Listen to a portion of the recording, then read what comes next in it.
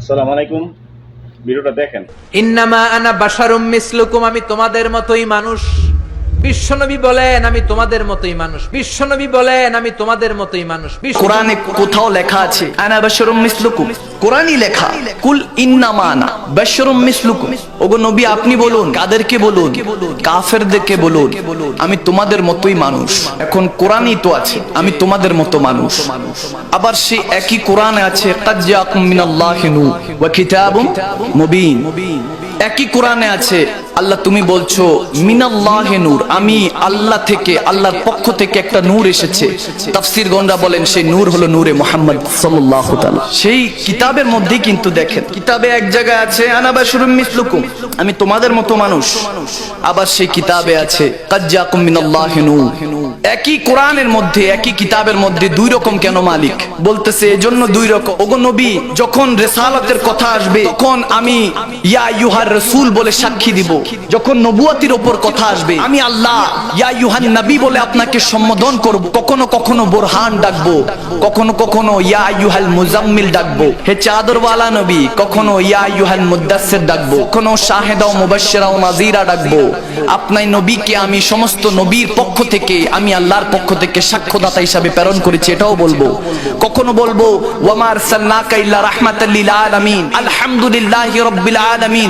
আমি রব, যে আলামিন কুল কায়নাতের রব, সেই আলামিন এর রহমত হিসাবে আমি আপনি নবীকে প্রেরণ করেছি। এজন্য কখনো কখনো ওয়া মা আরসালনাকা ইল্লা রাহমাতাল লিল আলামিনও বলবো। যখন যখন আপনার শানের কথা আসবে কখনো ইয়াসিন, কখনো ওয়াদ-দুহা, কখনো আলাম নাশরাহ লাকা সাদরাক ওয়া ওয়াদানা আনকা বিযরাক, কখনো ওয়া রাফা'না লাকা যিকরাক, কখনো কখনো ওয়ালা সাউফা ইউতিকা রাব্বুকা ফাতারদা।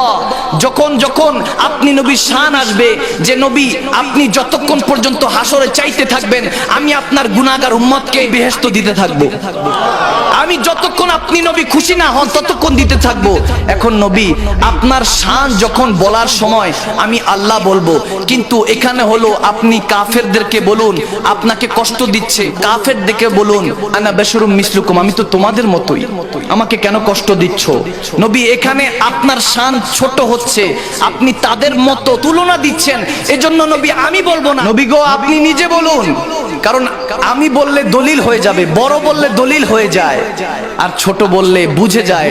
যদি আপনাদেরকে বলি যে আপনারা আমার ওয়াজ কি শুনতেছেন, আমি তো একদম জাহেল মানুষ, আমি এত কিছু জানি না। এখন আমি যদি নিজেকে জাহেল বলি, আমার কাছে অত কোরআন শোনার জ্ঞান নাই, আমি যদি নিজেকে এভাবে বলি, আগামী কালকে কি প্রচার করবেন যে মাকদুম শাহ হুজুর এসে তো নিজেকে নিজেই জাহেল বলছেন? আপনারা বলবেন না হুজুর বুঝানোর জন্য বলছে, ঠিক কি না? আপনারা বলবেন না। যদি আমার বড় কেউ আমাকে বলে, আমাদের বড় পীর হযরত সৈয়দনা আব্দুল কাদের জিলানী আলাইহি রাহমা, তিনি যদি আমাকে বলেন এই মাকদুম শাহ হলো জাহেল, তাহলে সেটা আমার টাইটেল হয়ে যাবে। বড় বললে টাইটেল হয়ে যায়, লকব হয়ে যায়। আর যদি আমি নিজে বলি তাহলে বলবেন না এটা হুজুর বুঝানোর জন্য বলছে, ঠিক কি না? মক্কা মদিনার মধ্যে একজন খুব গরিমা করে চলতো, আনা আবুল হেকাম, আমি হিকমতকারীদের বাপ। সে যখন বলে বেড়াতো আমার নবী বলে আরে তুমি আবুল হেকাম না, তুমি আবু জাহেল, তুমি জাহেলদের বাবা, মূর্খদের বাবা, পিতা, সেটা টাইটেল হয়ে গেল, ঠিক কি না? বড় যখন বলে টাইটেল হয়ে যায়। এজন্য আল্লাহ নবীকে দিয়ে বলাইছেন কুল ইন্নামা আনা বাশারুম মিসলুকুম, নবী গো আপনি বলুন, আপনি বলুন। সাহাবারা বুঝে যাবে নবী বুঝানোর জন্য বলতেছে, সুবহানাল্লাহ। আর কাফেররা তো ওখান থেকে বলতেছে হ্যাঁ এই মুহাম্মদ আরবি তো বলতেছে তিনি আমাদের মতো সাধারণ মানুষ, রক্তে মাংস গড়া, নাউজুবিল্লাহ। আবার এই জায়গায় হাদিসের মধ্যে সওমে বিসাল এক ধরনের রোজা আছে, যে রোজার মধ্যে ইফতার, সেহরি, খাবার দাবার কিছু নাই, কোনো পানাহার নাই, ওই রোজাকে সওমে বিসাল বলা হয়। এই রোজাটা একমাত্র আমার নবী রাখতেন, সুবহানাল্লাহ। তার মধ্যে ইফতারি নাই, সেহরি নাই, কোনো কিছু নাই, রাতের খাবারও নাই, একটানা রোজা, উপবাস, অর্থাৎ কোনো খাবার নেই। সাহাবারা তো ফলোয়ার ছিলেন, তেনারা নবীকে ফলো করতেন, তেনারাও সওমে বিসাল শুরু করলেন। যখন আমার নবী দেখলেন মসজিদে নামাজের জামাতে ঘাটতি হচ্ছে, সাহাবারা কম আসছে, আমার নবী তখন ডাক দিয়ে পাঠালেন বেলাল কি হয়েছে? সাহাবারা কোথায়? বলতেছি ইয়া রাসূলুল্লাহ সবাই সওমে বিসাল রেখেছে আপনার মতো, না খেয়ে সবাই রোজা রাখছে, এই জন্য ক্লান্ত, সবাই দুর্বল হয়ে গেছে ৩-৪ দিন না খেয়ে। তখন আমার নবী বললেন তাদেরকে ডাকো। ডাকতে দেরি নেই, কেউ হামাগুড়ি দিয়ে, কেউ লাঠিতে ভর দিয়ে, কেউ সাপোর্ট নিয়ে আরেকজনের কাঁধের মধ্যে ধরে নবীর কদমে হাজিরা দিল, সুবহানাল্লাহ। নবীজি ডাকতেন, সবাই হাজিরা দিত। তো যখন সবাই হাজিরা দিলেন, আমার নবী আপনদের কাছে, খেয়াল করুন, সাহাবারা কি আপন? আপন না? সাহাবারা কি পর? তেনারা আপন। আপনদের কাছে বলতেছে ইউকুম মিসলি, কে আমার মতো। পরদের কাছে বলতেছেন আনা বাশারুম মিসলুকুম, আমি তোমাদের মতো। সাহাবাদেরকে বলছে, এই সাহাবারা, তোমরা রোজা রাখা শুরু করছো কেন? কোন বুঝে? তোমরা কি আমার মতো? ইউকুম মিসলি। গরম হয়ে গেলেন, আপনদের সাথে গরম হয়ে গেলেন। দেখবেন বাইরে গেলে আপনারা সবার সাথে ভালো ব্যবহার, ঘরে গেলে আপনদের সাথে একটু দুর্ব্যবহার চলে। কারণ তারা আপন, তারা বুঝবে, ঠিক কিনা? তারা বুঝবে যে কোন হিকমতে কথা বলছে, তারা বুঝবে। এখন দেখেন, আমার নবী সাহাবাদেরকে বলছে, হু ইজ লাইক মি, আমার মতো কে আছে?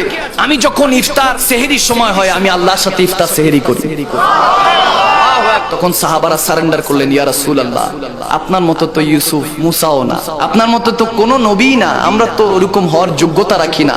ইয়া রাসূলুল্লাহ, আপনি রেখেছেন, এই দেখা দেখি আমরাও রেখেছি। আপনি বলছেন রোজা রাখতে না, আমরা আজকে থেকে রাখবো না। সুবহানাল্লাহ। সাহাবারা সারেন্ডার হয়ে গেল, এখান থেকে ভাগ হয়ে গিয়েছে। সাহাবারা বলতেছে, ইয়া রাসূলুল্লাহ, আপনার মতো কেউ না। আর কাফেররা বলতেছে, আরে মুহাম্মদ আরবি তো আমাদের মতো। নাউজুবিল্লাহ। ভাগ হয়ে গেল, একটা আবু জাহেলের দল আর একটা আবু বকরের দল। এখন বুঝে নিবেন, যে বলে নবী আমার মতো, বুঝবেন ওটা আবু জাহেলের দল। আর যে বলবে নবী গো আপনার মতো তো কেউ না, বুঝে নেবেন ওটাই সাহাবাদের দল।